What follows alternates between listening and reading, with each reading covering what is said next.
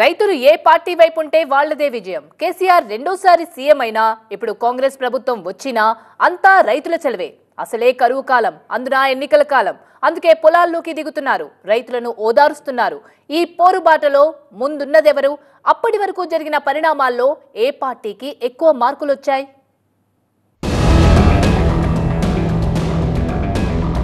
Project గురించి వీళ్ళకు తోక తెలియదు, నా తొండం తెలియదు. అసమర్థులు చవట దద్దమ్మల రాజ్యంలో ఉన్నారు కాబట్టి ఇలా ఈ పరిస్థితి సంభవించింది. ఇందిరమ్మ రాజ్యంలో ఈగిలిచ్చిన పరిస్థితి అయింది ప్రజలని చెప్పి నేను మనవి చేస్తా ఉన్నాను. ఈ ప్రభుత్వమే ప్రభుత్వం ఎందువల్ల మీ వాగ్దానాల వల్ల 80,000 పుస్తకాలు చదివిన చంద్రశేఖరరావు వానాకాలం ఎప్పుడు వస్తుంది, చలికాలం ఎప్పుడు వస్తుందో నీకు తెలియకుండా పోయిందా?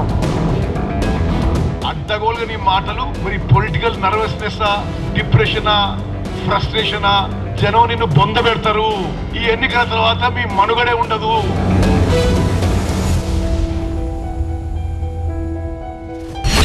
రైతులకు కరువు కాలం, పార్టీలకు ఎన్నికల కాలం.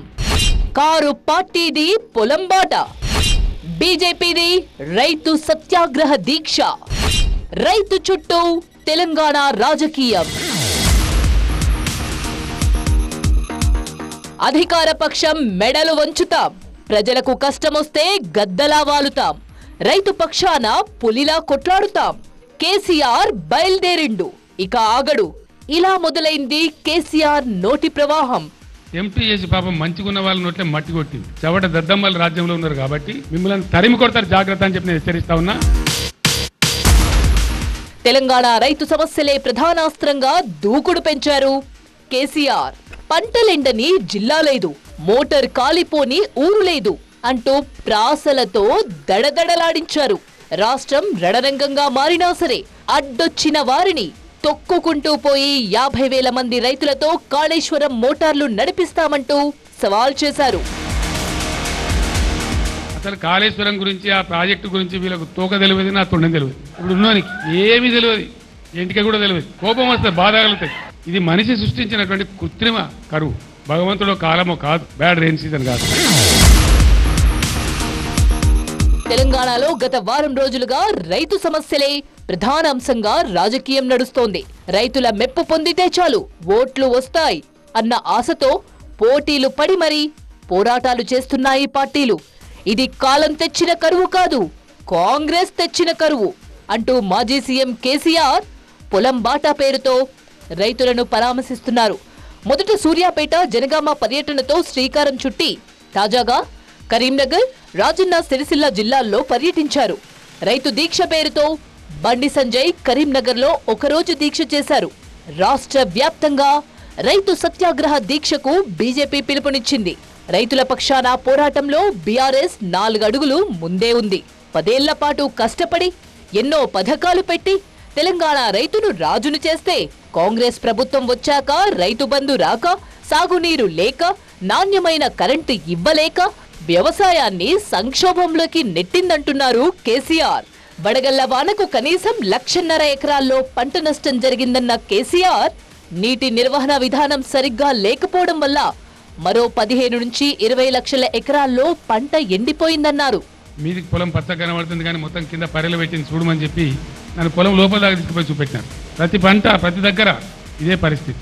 దీనికి ఏంది, నీటి నిర్వహణ సామర్థ్యం లేక, దాన్ని ఎట్లా వాడానో తెలియక వైఫల్యం, ప్రభుత్వ వైఫల్యం ఒక కారణం. సరే, అదైతే నెటమటమైన పాత బోరు ఉన్నాయి కాబట్టి కరెంటుతోనన్న వారికి దక్కించుకుందామంటే కరెంటు క్వాలిటీగా రాకపోవడం, మోటార్లు కాలిపోవడం రెండవ కారణం. వెరసి ప్రభుత్వ వైఫల్యం వల్లనే ఇలా పంటలు ఎండినయి. తెలంగాణ ఎన్నికల్లో రైతులే కీలకం. తెలంగాణ రైతులు ఎవరి పక్షాన ఉంటే వాళ్లదే అధికారం. కేసీఆర్ ను రెండోసారి ముఖ్యమంత్రి చేసింది ఆ రైతులే. అప్పట్లో రైతు బంధు హామీకి వచ్చిన క్రేజ్ అంతా ఇంతా కాదు. అప్పటికే మిషన్ కాకతీయతో చెరువుల పూడికతీత, రైతుల పొలాలకు నీళ్లు పారడం బీఆర్ఎస్ కు ప్లస్ అయింది. కాళేశ్వరంపై ఎన్ని విమర్శలు వచ్చినా భూగర్భ జలాలైతే పెరిగాయి కదా అన్న ఆనందం రైతులది. దీనికి తోడు రుణమాఫీ కూడా రైతులను ఆకర్షించింది. ఆ రైతులు నమ్మకం పెట్టుకున్నారు కాబట్టే మొన్నటి ఎన్నికల్లో కాంగ్రెస్ కు అధికారం కట్టబెట్టారు. సో రైతులు ఎట్టుంటే అధికారం ఆ పార్టీది. ఇది ఫిక్స్. అందుకే 4 నెలల పాటు అదును కోసం ఎదురు చూసిన కేసీఆర్ రైతు సమస్యల్నే అజెండాగా తీసుకున్నారు.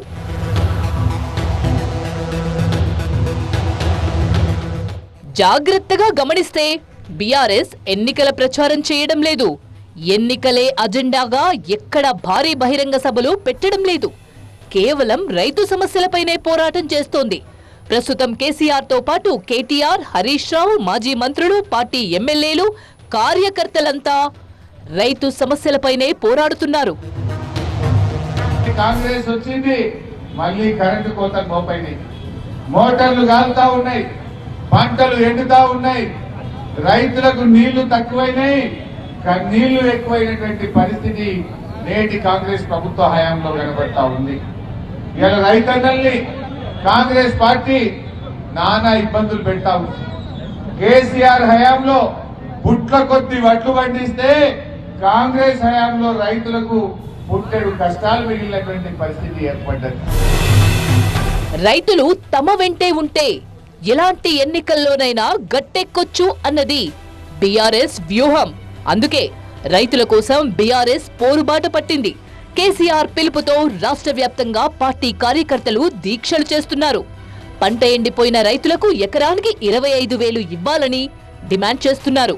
వరి, మక్కకు క్వింటాల్కు 500 రూపాయల బోనస్, రైతులకు వెంటనే 2 లక్షల రుణమాఫీ, రైతు భరోసా కింద ఎకరానికి 15,000 ఇవ్వాలని ప్రభుత్వాన్ని నిలదీస్తున్నారు. ఈ వయసులో కూడా 5 జిల్లాలకు పోయి తాను స్వయంగా రైతులను కలిసి నేనున్నా మీకోసం అని ధైర్యం ఇస్తే మరి వారి బాటలో ఇవాళ మనందరం కూడా రాష్ట్రంలోని అన్ని శాసనసభ నియోజకవర్గాల్లో వేల సంఖ్యలో ఎక్కడికక్కడ మన గులాబీ దండు రైతన్నలకు మేము కూడా ఉన్నాం, ఈ ప్రభుత్వం మెడలు వంచుతామని చెప్పి ఈరోజు బ్రహ్మాండంగా అన్ని నియోజకవర్గాల్లో కూడా దీక్షలు చేస్తున్న మా బీఆర్ఎస్ పార్టీ గులాబీ దండు మొత్తానికి నా శిరస్సు వంచి హృదయపూర్వకంగా మీ అందరికీ ధన్యవాదాలు. అటు బీజేపీ కూడా రైతుల కోసం పోరుబాట పట్టింది. అన్నదాతలపై కాంగ్రెస్ ప్రభుత్వం వివక్ష చూపిస్తుందంటూ రైతు సత్యాగ్రహ దీక్షకు పార్టీ పిలుపునిచ్చింది. అంతకంటే ముందే ఎంపీ బండి సంజయ్ రైతుల పక్షాన పోరాటం మొదలుపెట్టారు. కలెక్టరేట్ ఎదుట ఆందోళన చేయాలని ముందుగా ప్లాన్ చేసుకున్న ఎలక్షన్ కోడ్ కారణంగా రూటు మార్చి పార్టీ ఆఫీస్లోనే రైతు దీక్షకు దిగారు. ఇక్కడ బీజేపీ ప్లాన్ ఒక్కటే, రైతు సమస్యలపై పోరాడి వారి మద్దతు కూడగట్టుకోవాలి అన్నదే వ్యూహం. అందుకే రైతులు ఏం కోరుకుంటున్నారో చెబితే వచ్చే లోక్సభ ఎన్నికల మేనిఫెస్టోలో ఆ అంశాలను చేరుస్తామని రైతులకు హామీ ఇచ్చారు. ఎన్నికలు వచ్చిన వాళ్ళకి ఓట్లు రావాలి కదా, వాళ్ళకి ఓట్లు కావాలి కదా, చేయమని చెప్పు. 500 రూపాయల సబ్సిడీ క్వింటాల్కు 15 రూపాయల అకౌంట్లు ఏమని చెప్పుర్రి. కౌలు రైతులకు ఇలా ఉపాధి కూలీలకు ఇలా 12 రూపాయలు ఏమని చెప్పుర్రి. 2 లక్షల రుణమాఫీ ఏమని చెప్పుర్రి. పంటల బీమా పథకం అమలు చేయమని వాళ్ళకి ఓట్లు వద్దాం, రైతులు ఓట్లు వద్దాం. వాళ్ళకి అసలు రాష్ట్ర ప్రభుత్వం ఏం చేస్తుంది, ఏం చేయబోతున్నది? మీరిచ్చిన హామీలే, మేము కొత్తగా డిమాండ్ చేస్తలేము. ఒకవైపు బీజేపీ, బీఆర్ఎస్ రైతు సమస్యలే అజెండాగా కాంగ్రెస్ ప్రభుత్వంపై విరుచుకుపడుతున్నాయి. ముఖ్యంగా రైతులకిచ్చిన హామీలను కాంగ్రెస్ ప్రభుత్వం అమలు చేయడం లేదంటూ దండయాత్ర చేస్తున్నాయి. ఈ విమర్శలను అంతే స్థాయిలో తిప్పికొడుతోంది కాంగ్రెస్ పార్టీ. బీఆర్ఎస్ ప్రభుత్వం ఉన్నప్పుడే వర్షాలు సరిగ్గా పడలేదన్నారు సీఎం రేవంత్ రెడ్డి. దానివల్లే రైతులు ఇప్పుడు సమస్యలు ఎదుర్కొంటున్నారని చెప్పుకొచ్చారు. అధికారంలోకొచ్చిన 100 రోజుల్లోనే తాము ఏం చేసి చూపించామో ప్రజలకు చెబుతోంది కాంగ్రెస్. పంటలు ఎండిపోవడానికి, ఈ కరువుకు కారణం గత ప్రభుత్వమేనంటూ ఎదురుదాడి చేస్తోంది. కాంగ్రెస్ వచ్చింది, కరువు వచ్చింది అంటున్నాడు. 80,000 పుస్తకాలు చదివిన చంద్రశేఖర్ రావు వానాకాలం ఎప్పుడు వస్తుంది, చలికాలం ఎప్పుడు వస్తుందో నీకు తెలియకుండా పోయిందా? మరి తమరి పాపాలకే కదా వరుణదేవుడు భయపడిపోయి వానలు గురవక కరువు వచ్చింది. నీ వారసత్వంగా కరువుతో పాటు 7 లక్షల కోట్ల రూపాయల అప్పులు కూడా మాకు అప్పచెప్తే కష్టపడి దీన్ని సరిదిద్దడానికి ప్రయత్నం చేస్తున్నాము. ఇక రైతు బంధుపై వస్తున్న విమర్శలకు వివరణ ఇస్తోంది.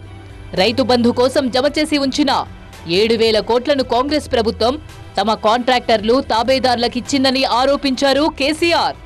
తాము అధికారంలో ఉన్నప్పుడు అదును మీద డబ్బులు వేశాము కాబట్టే అవి రైతులకు ఉపయోగపడ్డాయని చెప్పుకొచ్చారు. అయితే అదంతా అవాస్తవం అంటున్న కాంగ్రెస్ ప్రభుత్వం యాసంగి కోసం రైతు బంధు కింద దాదాపు 64,76,000 మంది రైతుల అకౌంట్లో డబ్బులు వేశామని చెప్తోంది. అంటే 92.68% పైగా బ్యాంకు ఖాతాలో రైతు బంధు జమ అయిందని ధైర్యంగా చెబుతోంది. రైతు సంక్షేమమే లక్ష్యంగా తమ ప్రభుత్వం ముందుకెళ్తోందని చెప్తోంది కాంగ్రెస్. మొత్తానికి లోక్సభ ఎన్నికల్లో మెజారిటీ సీట్లే లక్ష్యంగా రైతు మద్దతు కూడగట్టడానికి ప్రయత్నిస్తున్నాయి పార్టీలు. మరి రైతులు ఎవరి పక్షం ఉంటారో చూడాలి.